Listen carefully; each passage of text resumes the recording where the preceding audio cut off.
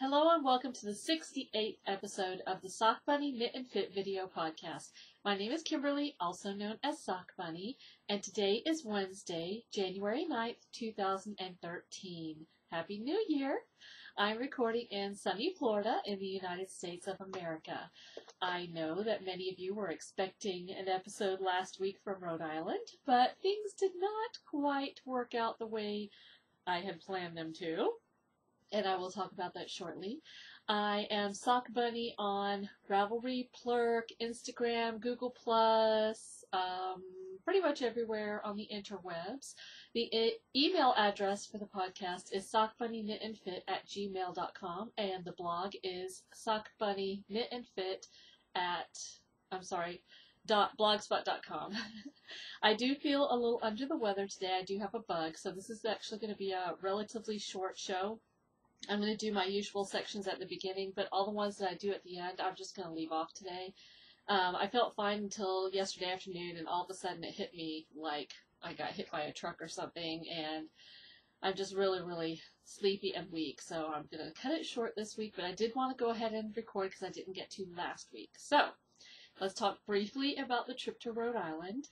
The plan was that Rachel and I would drive to Rhode Island. We would spend about a week there. I would stay with my friend Michelle. Rachel would stay at the school with Sarah. We would get to spend lots of time with Sarah. And then Rachel and I and my friend Michelle would all three drive home. Well, that is not what happened. A couple of unfortunate things happened on the trip.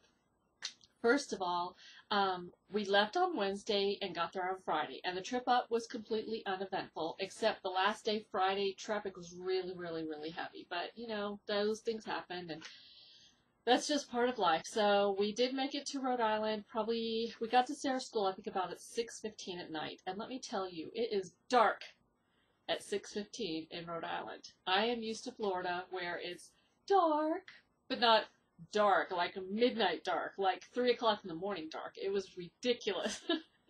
I don't know how you people can live up there. I'm used to having a lot more sunlight than that. So anyway, we got to the school, and I dropped Rachel off at the school, and I said hi to Sarah and all that kind of stuff, and I went to my friend Michelle's house. And Michelle and her husband were actually in Hawaii, and they were coming back on Saturday. So, yes, the next day, Saturday, Michelle and her husband got back late in the afternoon. I didn't get to see the girls. Well, I saw the girls. Oh, that's before we start on Saturday.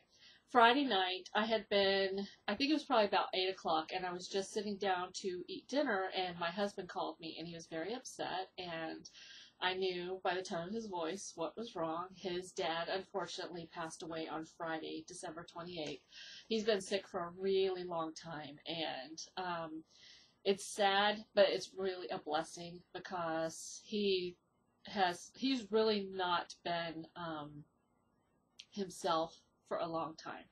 So that was very, very sad. So, and I was just mainly sad that Joe had to be there by himself when he found out the news.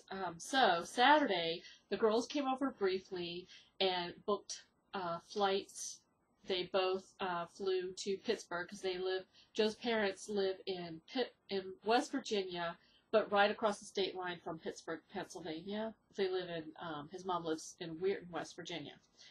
So the girls booked their flights. They left on Monday to go to Pennsylvania / West Virginia, and then they came back that Wednesday, which was the 2nd, I believe. So I saw them that brief amount of time on Saturday, and we went to lunch, and that was it. And then Sunday, I got to see them after I had gone to Mass with Michelle in the evening.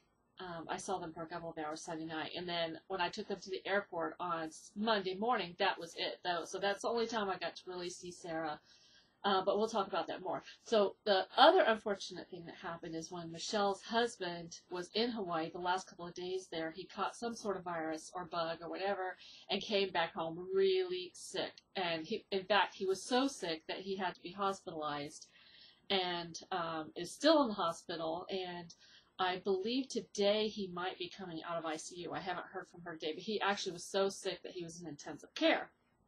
So, since the girls left Monday morning, At this point, we weren't sure what was going on with Michelle's husband, but I spent the day out shopping, which I will talk about next week, just to give them, some alone time without me being around so they could decide whatever they needed to do. Because at this point, he hadn't gone into the hospital yet. He actually went to the hospital on Tuesday. I know, this is a long, long story. So anyway, so Monday I spent the day out. Monday night, Michelle and I made the decision that she was not going to be able to come back to Florida with me, which I completely understood. And Rachel was going to be getting back Wednesday night, like at 11 p.m. or midnight. And then we were planning on leaving at 3 o'clock in the morning on Thursday. So that wasn't going to happen. So what we decided to do, what really happened is Tuesday morning, New Year's Day, I went ahead and left at 6 o'clock in the morning to drive back to Florida by myself. Don't panic, I've done it before. It's not that bad of a trip. And I actually don't mind driving by myself. It's actually easier to drive by yourself rather than have a moody teenager, if you know what I mean. So the trip back was uneventful. I was tired by the time I got back, but, and we had to board Bandit for the first time. We've never had to board any of our dogs. So the vet fortunately boarded him for us while we were gone. So he was boarded for 6 days, so I couldn't wait to get back to get to him also. So I got back on Thursday. We flew Rachel home on Saturday because that's the day we were going to be home anyway. Michelle's husband's still in the hospital, so if you are the kind of person who prays, please pray for him. And on top of that, while he was in the hospital, his mom died. My friend Michelle's husband's mom died of totally unrelated causes. So this was just like crazy. So that is the trip. I don't think I'm sick because of the trip. I think this is just some sort of bug I must have picked up, and maybe post-traumatic stress lowered my immune system or whatever. I don't know. But I'm sad that I didn't get to go to Pittsburgh for the funeral, but that just wasn't practical for me to fly all the way to Pittsburgh, fly all the way back, and then drive all the way home. And Joe said he would have been extremely worried about me driving home after going through all that because I would have been even more tired than I already was. So it's just been crazy around here. Now, life is finally back to normal. Joe is back, because he flew back actually on Sunday, because he was gone from Sunday to Sunday. So he is back at work. Rachel started college at the local community college on Monday, and I have my house back to myself. Baby and I are home, and it's very peaceful here. Sarah loved her sweater, and she just kept, when I first gave it to her, she just kept saying, cool, cool, that's so cool. And unfortunately, I didn't get very good pictures of her because we had such short amount of time together. I thought we'd have more time. We'd be able to go out in the sunlight. I have two pictures of her that are sort of blurry in low light, but I'll put them at the end of the podcast so that you can see them. But she really loved it, and she loved the little mouse that I made for her to match. So that's what's going on with this crazy family. If I forgot to tell you anything, I'll tell you next week. By the way, if you're a new viewer, I apologize. This is not a normal episode. Next week should be back to normal. Go watch a previous episode. Just skip this one. Okay, so today I have my very brief show notes on my phone, so I might be looking down a lot. Let's see, what else did I want to say? Blah, blah, blah. I only got a little tiny bit of knitting done because things were so crazy with Michelle's husband being sick and all that kind of stuff. I maybe got this much done on the colorwork mitten. That's all the knitting that I got done. But I've been knitting since I got back, so I do have some knitting to show. So today's topics are going to be fitness, finished objects, works in progress, knit and crochet alongs, and that's it. I'm not going to talk about the stash enhancement. I have a ton of stash enhancements. I did go shopping while I was up there, and I've gotten a swap package and some other stuff, but that's just going to have to wait till next week. So let's talk about fitness. We do have our fitness along going in the Sock Bunny Knit and Fit group on Ravelry. Any day that you work out at least 30 consecutive minutes, you can enter a post into that month's thread. And at the end of at the beginning of the next month, I draw a winner. The winner could choose either a $5 pattern, giftable pattern on Ravelry, or some yarn or fiber that I will dye for them in up to 3 colors, or they could pick something that's already in my Etsy shop, which is at sockbunnystudios.etsy.com. So I chose the winner for December. I closed the thread. I drew the winner, and it is number 219, who is Rachel, who is Knit Rach. And she has the most adorable little Ravatar that has a crocheted carrot on it. I think it's crocheted. Might be knit, but I think it's crocheted. It's adorable. So anyway, Rachel, congratulations. Contact me and let me know what you would like for your prize.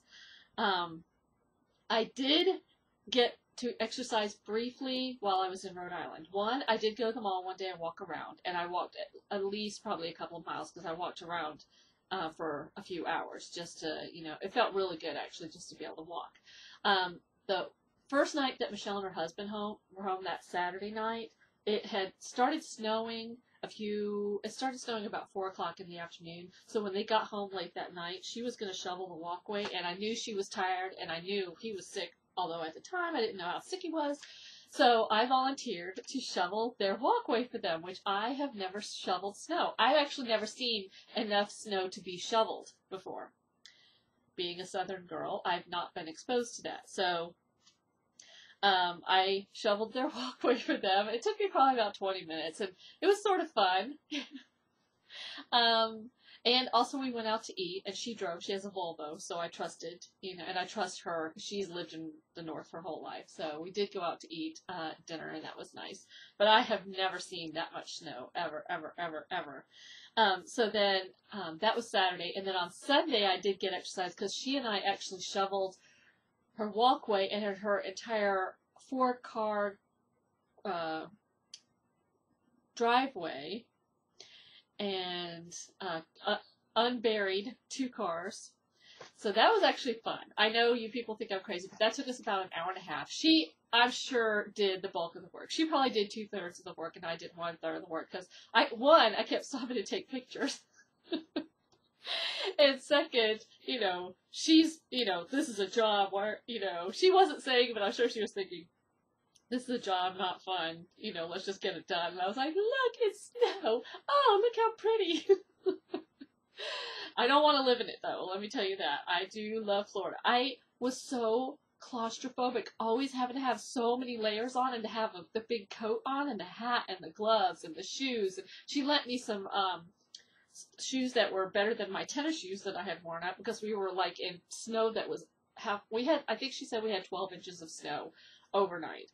So, it was up to like mid-calf on my leg, so, but that was actually pretty fun. And one of the things that I had to do was there was like this much snow on top of the mailbox, and I had to clean that off because it was bugging me that was there. And so it was like a joke between us the rest of the time that I was there about all these other people who weren't cleaning the snow off their mailboxes. What was wrong with them?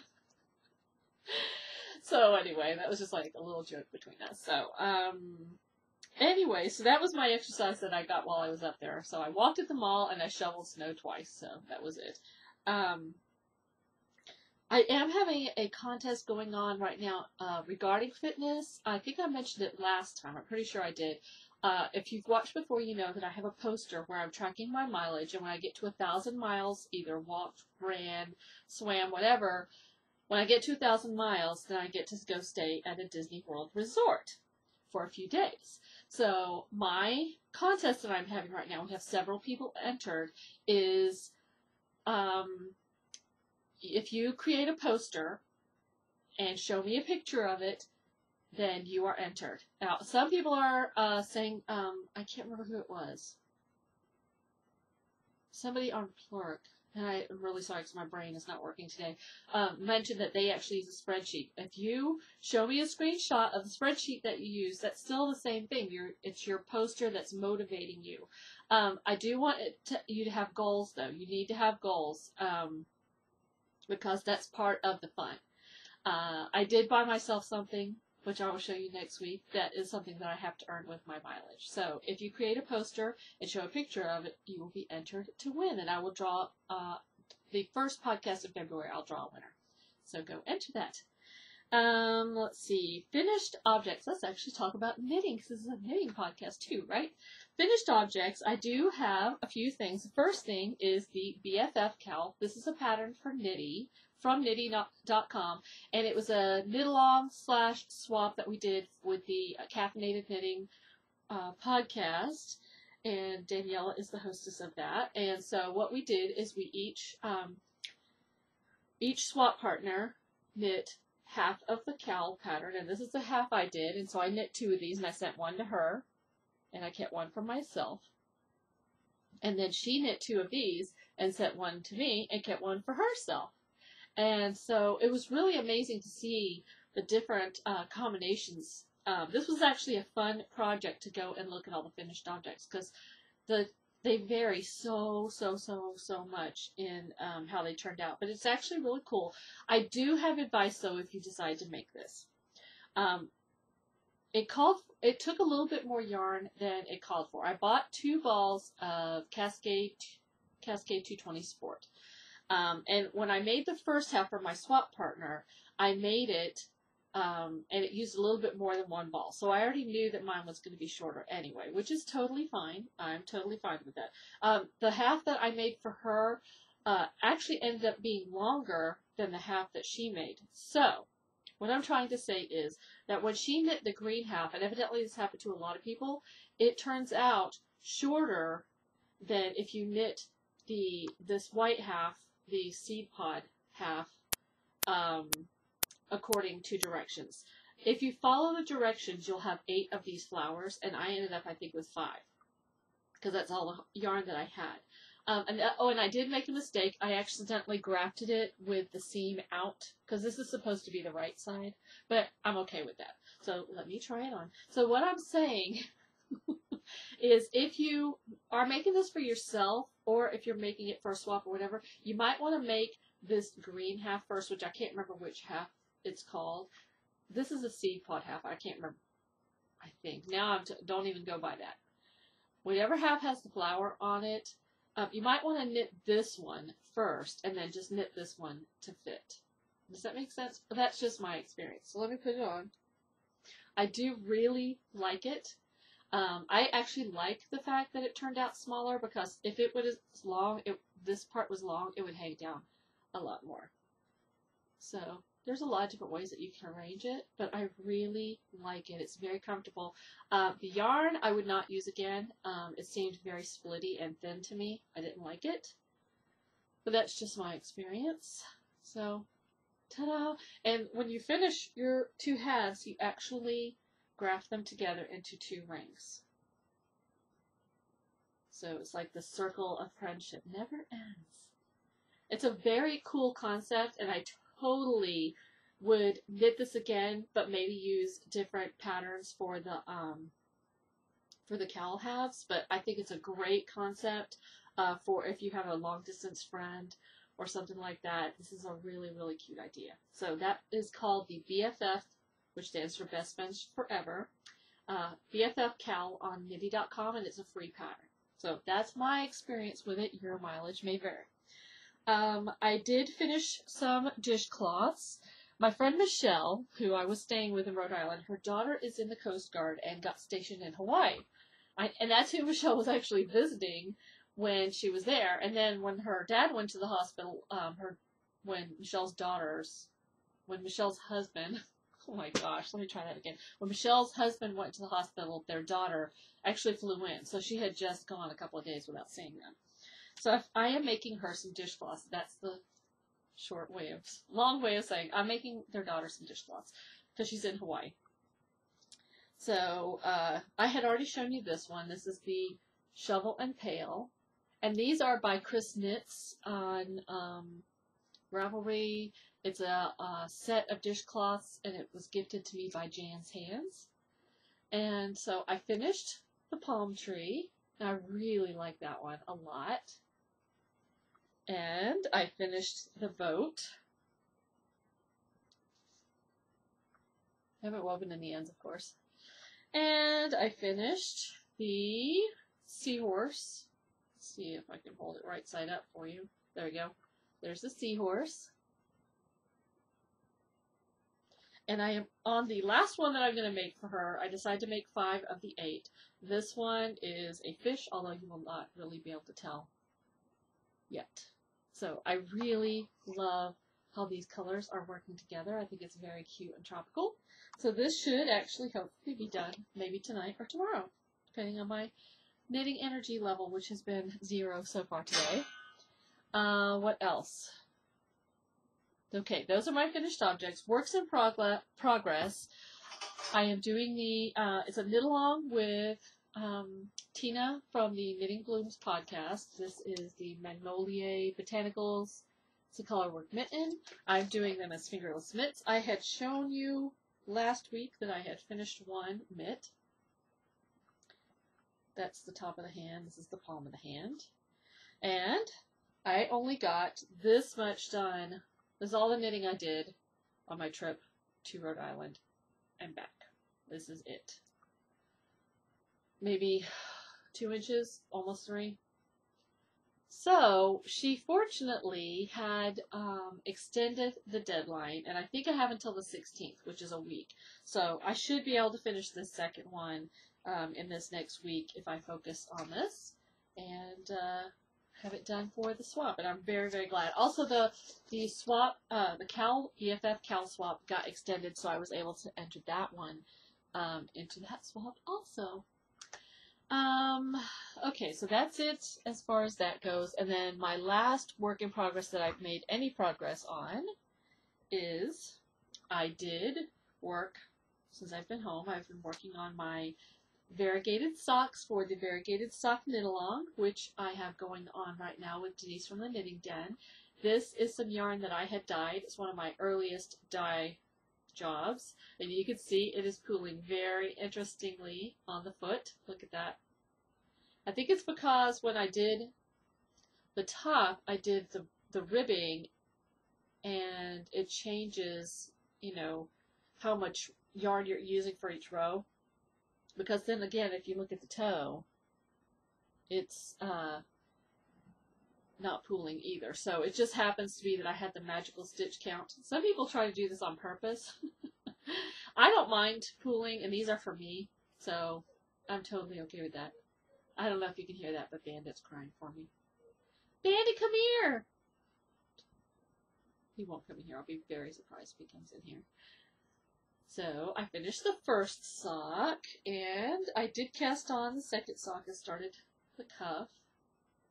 And this is my hand-dyed yarn in the Manly base, and the colorway is called Johnny Appleseed. And what I have decided to do, because I don't know if you remember, when I set my goals for this year, I am making 24 little, I haven't started yet, make 24 little socks for an advent calendar. And I am going through the year by myself 24 little gifts, but I'm going to make this one of my advent gifts. So I'm not going to get to wear these socks until next advent because they're so Christmassy. And one of the days this will be my gift to myself. It's something I've wanted to do for a long time, is just have like little, you know, like maybe a little thing of chapstick or whatever, you know, just something little each day during Advent to be fun. Because nobody's going to do that for me, so I might as well do it for myself. And so that's it. So that is the variegated sock knit along going through the end of January. And you could post in both of our groups so you have twice as much chance for prizes.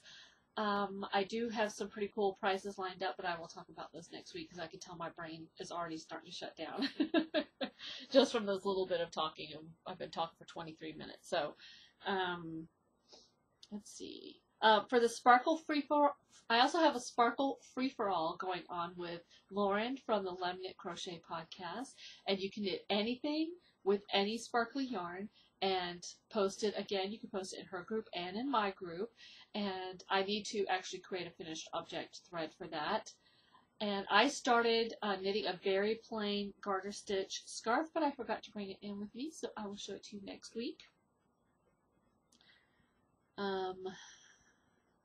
I think that is it as far as my knitting goes. I'm sorry again that this is going to be so short, but I can already tell that I need to go lay back down. I do want to remind you that there is going to be a sci-fi knit-along in February with Sam from the Knit Run Dig podcast. That's going to be really fun. It could be a sci-fi yarn or it could be a sci-fi pattern. And that is going to be, I think we agreed that's going to be for 6 weeks. So it's going to be in February through the middle of March. And also, I have decided, since I had so much fun doing the swap with I did the ornament swap with the Knitting Den podcast, and I did the with the caffeinated knitting, we did the BFF Cal. So I wanted to host my own swap. This is going to be an Easter swap. I'm going to start taking sign-ups February 1st, and you're just going to need to send one knitted Easter-related item. And I will put in there an option, because I know some people celebrate the religious Easter and some people do not. So I will have, you could choose whether you want to receive something that is non-religious or something that is religious. It could totally be up to you and your swap partner. That way people aren't getting stuff that, they don't want. And so it's going to be any knitted Easter item and up to $10. Well, $10 minimum of gifts to go with it. So I will start taking sign-ups on February 1st, but I wanted to put that out there for now. I think it's going to be fun. And I think that's going to be it for me. Thank you so much for putting up with such a crazy episode, but I didn't want to skip another week since I had to skip it last week. And last week I was really hoping I was going to be able to get Sarah onto the podcast wearing her t-shirt. But life happens, and I know I was disappointed I didn't get to see her more, but in the end she did get to see her daddy, and her grandma needed her more than I needed her at that time. So I'm glad that, and I'm also glad that the girls got to go to the funeral at a time that didn't interfere with their schooling. So, all's well that ends well, right? So I hope you have a great week. I will see you next week. Don't forget to enter the contests in the group and keep on crafting. Bye.